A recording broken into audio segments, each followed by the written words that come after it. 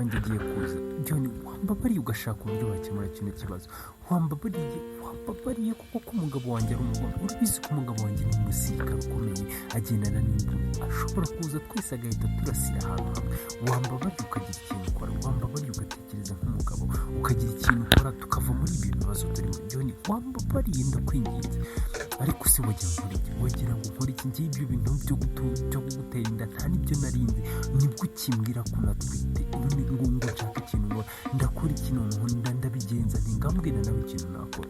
Ese ubundi man ibintu mba narisize muri ibi kigo. John, ntumbwire ko aka kanya utangiye kwicuza. Ibintu twabikoze uryohewe umeze neza, twabikoze wishimye, ndetse ni wowe wabaga uri kunyiririza. None havuyemo umwana, utangiye kuza, utangiye kunyishikanza, utangiye kumbwira ibintu byinshi. Ndimo ndakubwira ngo dushaka uburyo tubikoramo. Ndabizi umugabo wanjye ni umugome, ndabizi tubanye imyaka myinshi, namubyariye abana bagera muri 3 4 bose. Ntabwo aka kanya rero ari umuntu nyabewe ko ashobora kuza agahita atugirira nabi twese. Ati none yibaze kujya kumukoza isoni, ndi umukecuru John, ndashaje, mfite ikintu, ndakuze nyine. Ntabwo nari nkiri wa muntu wari ugeze ku rwego rwo kuvuga ngo nakabaye nkibyara. Nyine byabayeho, nanjye ntabwo numvaga ko ari ibintu, nanjye numvaga ko nyine nacuze ibintu byarangiye, ariko nyine byarabaye. Ni niyo mpamvu ntigeze nanabitekerezaho cyane, ariko nyine byarabaye. Aka kanya ikintu twakabaye turwana nacyo no gushaka igisubizo cy'ibibazo dufite aka kanya. Ngaho rero mbwira, ubu ngubu turabigenza gute?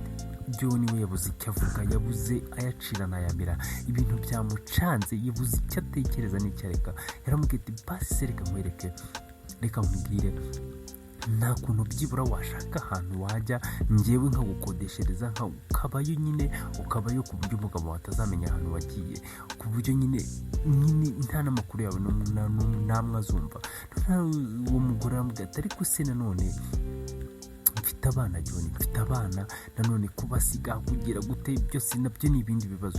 None John aramubwira ati ariko se ubwo utekereje neza uri kumva wajyana abana b'uwo mugabo, yaza gukurikirana ahantu hose wajya yaza gukurikirana. Ubwo rero nta kundi kuntu, nta yandi mahitamo ufite uretse yo kugira ute, uretse ayo gushaka uburyo bwose bushoboka bwose wagira ute, twashaka uburyo ducika nyine, tukava ahangaha nyine, byibura tukajyana njye nawe tukagenda tukibera aho ngaho. Noneho John aramubwira ati rero njye ndi kubona uburyo bwo kuvuga ngo twagera ahantu tujyana njye nawe biragoye cyane. Ati kuko aka kanya nanjye mfite undi muryango ndi gutangira, mfite undi muryango ndi kwitaho. Ati ubwo ngubwo ntabwo byakunda rwose, kandi ibi ngibi ntabwo nari mbyiteze. Noneho John nako mudamu aramubwira nanjye ntabwo ndi mbyiteze, nari nzi ko uryoshye nyine biraho kuko umugabo wanjye adahari, kuko nyine numva nkeneye umugabo, ariko nyine reba byaje kuvamo. None se ubu tuzabigenza gute John? Wambabariye ukambwira, byibura tekereza ikindi kintu nawe ubona cyakunda. Noneho John aramubwira ati none se basi nta kuntu mu gihe abantu bose bataramenya ko ufite inda wagenda ukavuga ati wenda ugiye nko mu rugendo ruzamara igihe kingana gutya na gutya, niyo wabeshya ko ugiye gusura abantu, niyo wabeshya ko ugiye hehe, ku buryo n'umugabo wawe uranabimubwira akaba abizi, akaba azi ngo waragiye, wenda atazi ngo wagiye hehe, ku buryo wenda akaza wenda akamara nk'igihe kingana runaka utamenya. Noneho nawe ukaza ariko ukazaza warabyaye nyine, noneho umwana tugashaka uburyo umuntu yahita amurera, niba nzamutwara nkamujyana mu rugo, niba nzamujyana ahantu nyine yabanza gukurira, ariko umwana ku buryo nyine bitazagaragara ko wowe wigeze ubyara. Igitekerezo si cyaba aricyo.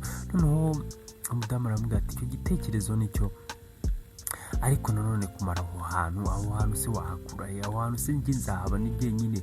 Ese nzifasha ibintu byose? Ibyo naramubwira ati kujyana ko ntabwo twajyana njye nawe, ahubwo ikintu cyaba cyiza wowe wagenda, naza gushakira umuntu uzajya ubigufashamo, niba ari n'umuganga, niba ari n'umukozi akabigufashamo, ku buryo byazagera igihe cyo kubyara umwana akavuka. Noneho wowe umwana tukazamenya ngo azaba hehe nyuma, tukazamushakira ibindi bintu nyuma, ariko icyo kibazo cyabanje kurangira. Ubwo rero John nyine uwo mudamu yaramubwiye ati reka nizere ko ibyo bintu reka aba ariko tubibara, bikaba ariko tubikora. Ahubwo ikibazo ni ibyo bibaye ryari, umuntu aragenda ryari. Ikibazo nyine ndava hano ryari bitarajya ku gasozi, bitaramenyekana. Ahubwo se ndahimba ikihe kinyoma cy'uko cyaho ndaba ngiye, kandi nacyo ari cyo kibazo.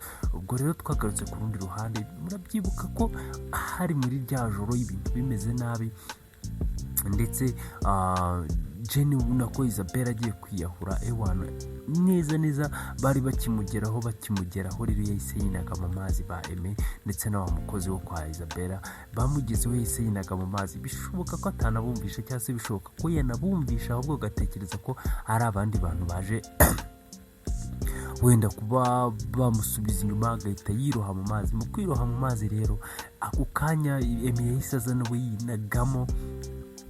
Noneho wa mukozi aravuga ati hano hantu barambwiye ngo habamo ingona, ushobora kwinagamo zikakurya, ushobora kugira ute.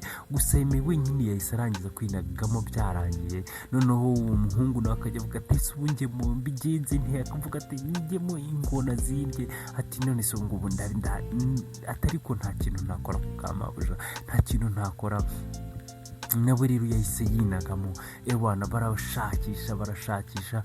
Noneho urukumva umugore utwite kuhita yinaga mu mazi, ntazi koga, ntazi nyine. Noneho niyo yaba azi no koga, ni umuntu ugambiriye kwiyahura, niyo gahunda afite. Ewana kugira ngo uzamushakishe umubone biragoye cyane pe. Ubwo rero Aime yagiye mu mazi, arazamuka aravuga ati nta muntu ndi kubona. Noneho baramuhigahiga. Noneho mu kugira umwaku rero, reka wa mukozi yagiye kubona, aravuga ati dore ingona iraje byanga binogira twica. Ati gira vuba tuvemo, niba itaranaturya gusinza ukuntu biragenda. Ewana ariko nyine ni ninjoro, bashobora kuba ari ubwoba, bashobora kuba ari iki, gusa nyine buyumvisha hari ikintu kiza kirukanka. Ubwo rero we ikintu yakoze, yahise avuga ati ngiye kuvamo, cyangwa se mbe ndangaza mu gihe ukiri kuvamo. Aravuga ati se basi wamubonye? Noneho undi aravuga ati sindamubona. Ubwo rero cya kintu nacyo kiri guturuka ruguru, kirukanka, ariko birashoboka ko byanga binoga ari ingona. Ubwo rero cyaturutse ruguru. Noneho undi nawe wa mukozi nawe ikintu yakoze cya mbere na mbere, yagerageje uburyo bwose ahita avamo yirukanka. Noneho umuhungu aravuga ati Aime wagize vuba tukavamo hano, tukavamo hano.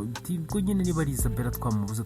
Aime nawe aravuga ati njyewe ntabwo niyo ngona nishaka ize yinyice, ariko ntabwo ndavamo hano ntamubonye. Noneho ubwo ngubwo wa muhungu yaraje ahita asurika Aime, asa n'umuganisha ku nkombe. Aravuga ati utiyahura, utagerageza kwiyahura nawe nkakubura. Ati tukabura abantu babiri bose icyarimwe. Ati baze tukabura umwana niba wenda kuko byanyabyo umukobwa yari atwite, tukabura wowe, tukabura na Isabella. Ati ntabwo ibyo bintu byaba ari byo, nawe gabanya ubugoryi. Yahise amusunika, mu kumusunika we nawe yahise akatira ahandi ruguru, ahita avamo yirukanka. Arangije Aime mu kugenda ako kundi yamusunitse amuganisha ku nkombe.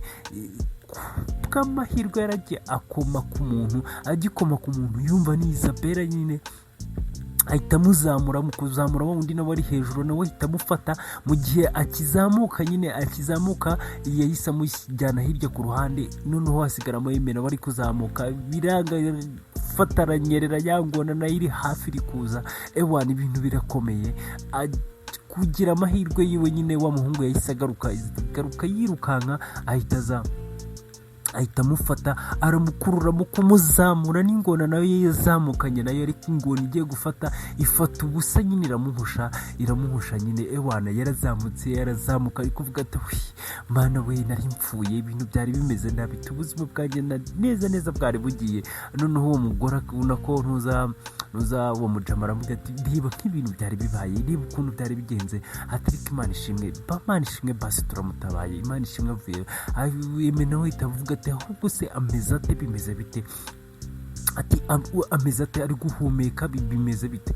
Noneho uwo muhungu aravuga ati njyewe ntabwo mbizi ikintu cya mbere nabanje gukora kuko nabonaga ingona byanga binoga iri bukwiciramo hariya. Ikintu cya mbere nagombaga gukora cyari kubanza kukurokora nawe. Ati ntabwo mbizi rero, ntabwo nzi ukuntu ibintu bimeze.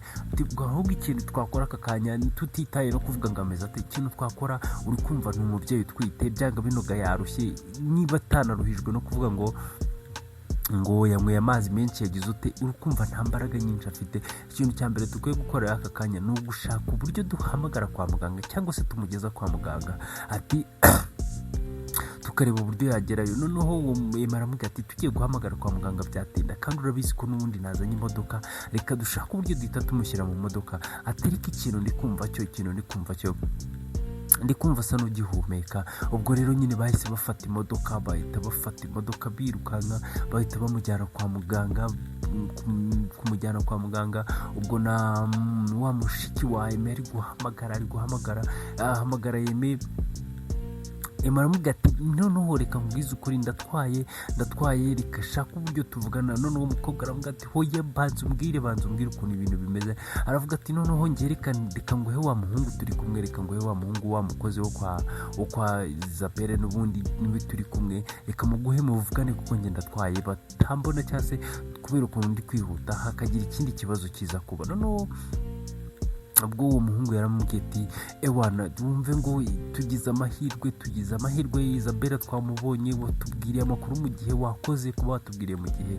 Ati twagezeyo nawe akigwa moto, ahubwo natwe ingone yari idufashe habuze gatoya. Eme ubungubu aka kanya tuba nawe turi kumuririmbiriza mu rutoki, tuba tumubuze pe, kuko ingone yari imufashe neza, yari imufashe habuze gatoya. Muri icyo gihe twari turi kurwanya no gutabara Isabelle. Noneho umukobwa aravuga ati Imana ishimwe ubwo ibintu bimeze neza. Ati ariko ubundi ntabwo mbyumva ukuntu Isabelle bigira ku rwego rwo kwiyahura, bikagera ku rwego rwo kwiyahura ntabizi. Ati nta kibazo, noneho ati mwebwe mushaka ukuntu ibintu byose mubyitaho, ngiye amafaranga arabura, amafaranga yose murakenera mumbwire. Aravuga ati nta kibazo cy'amafaranga gihari, nta kibazo cy'amafaranga kiri buze kuvamo. Ati byanga binoga, icya mbere nuko turi buze tugatabara Isabelle, kandi none tugatabara umwuzukuru wa papa cyangwa se n'umwana wacu nyine tukamutabara. Ati byanga binoga tugomba kubikora. Ubwo rero baramubwiye ati nta kibazo, reka rero tubanze tumugeze kwa muganga, tubanze tumenye ngo biragenda bite, tubanze tumenye ngo ese araza kubaho nta kibazo afite, ese umwana ameze neza mu nda.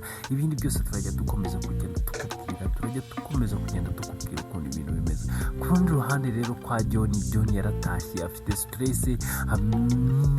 stress mu mutwe. Ari kuvuga ati ibintu ntabwo ndi kubyumva, nyine ntabwo ari kuvuga rumwe na wa mugore wiwe yashatse. Noneho uwo mugore yaramubwira ati namize sheri umeze ute, bimeze bite. Akiri aho ngaho nawe ahita ajya kuruka nyine, aravuga ati sheri ndi kumva ntwite. Ibaze ko John ako kanya nyine nawe niba uri kubyumva neza, ibaze ko afite abana batatu bose bagiye kuvukira rimwe. Yari yaravuze ngo nyine ngo yabuze abana ngibiki, none batatu bose ari uwa Isabelle, ari uwo mukobwa Fiye basigaye babana, ari n'uwo wa mukecuru bari bari kuvuga yagombaga guhungisha. Ibaze ko abana batatu bose bagiye kuvukira rimwe, bose bameze nk'aho ari impanga. Ibintu birakomeye nyine. Ibyo niyo avuga ati ngo bimeze bite. Fiye aramubwira ati ndatwite sheri, ndatwite byanga binoga nta kindi kibazo mfite, ahubwo ndatwite kandi tujya kubyara. Ati ntabwo wishimiye kujya imfura yawe igiye kuvuka. John aravuga ati ntubimbwire uratwite se bimeze bite. Noneho John aravuga ati mana yanjye ibingibi ndabigenza nte koko ndabigenza nte. Noneho Fiye aramubwira ati ibiki se kandi urabigenza ute, ntabwo wishimiye kuba utwite, ntabwo wishimiye kuba ugiye kubyara imfura. Ati ntabwo aricyo kintu cya mbere wambwiraga ko ukeneye, ntabwo aricyo kintu wambwiraga ko ukeneye. John aramubwira ati okay, ntaribi wowe ugerageze biyiteho. John yahise avuga ati reka nze ahita asohoka yihuta ajya hanze, ahita ajya iwabo nyine. avuga ati ewana ibi bintu rwose, ibi bintu bigiye kunsaza. Ahita yirukanka ajya mu rugo iwabo, aragenda abwira papa wiwe na mama we, arabizi ko bamushyigikira. Aravuga ati rero aka kanya ubwo tuvugana gutya, mfite wa mukecuru aravuga ati mama we ntabwo ubizi nari nabiganiye na papa ati hari umukecuru nateye inda ati ariko nanone ati ntabwo ari umukecuru cyane ni umugore nyine ufite umuryango ati ariko nanone hari n'undi mukobwa nateye inda ati ubu abana bagiye kuba babiri bagiye kuvukirana ati ibintu ntabwo mbyumva ati ndi kubona ibintu ari stress ati kandi ikindi ati ubwo ngubwo nta nubwo nkizi ngo Isabella bimeze bite ati sinzi ibintu biri kumbaho sinzi ibintu biri kuba ku buzima bwanjye ati sinzi ukuntu ati noneho yeme nabimenye ntabwo ndi bumukire noneho batugara ku rundi ruhande kwa muganga abagezeyo rero barabaganga baraza birukanka baravuga ati mama bayiki byagenze bite gutya na gutya nakavuye nyine n'ibintu byinshi bari kugenda babaza mwazavuga ibyo ndazavuga ibye reka rero natwe tube duhiniye ahangaha ntakunda amatsiko usigaranye azashira uretse gukurikirana kandi gace k'inkuru yacu inkuru y'urukundo ruri kugenda rurembera inkuru y'urukundo ruri kwanga rwa Isabella ndetse na John murumva aho bigereye Isabella yaragiye kwiyahura John asanze yagiye kubyara abana babiri azi utiyongeyeho n'uwa Isabella nawe atazi ko yaba akifite undi mwana ese biraza kugenda bite ese Isabella arakira ntakunda amatsiko usigaranye azashuratse gukurikirana kandi gace kubutaha murakoze kandi mukomeze kugira ibihe byiza ube kora subscribe ukoreshe ushyireho comment ewana dukomeze kubana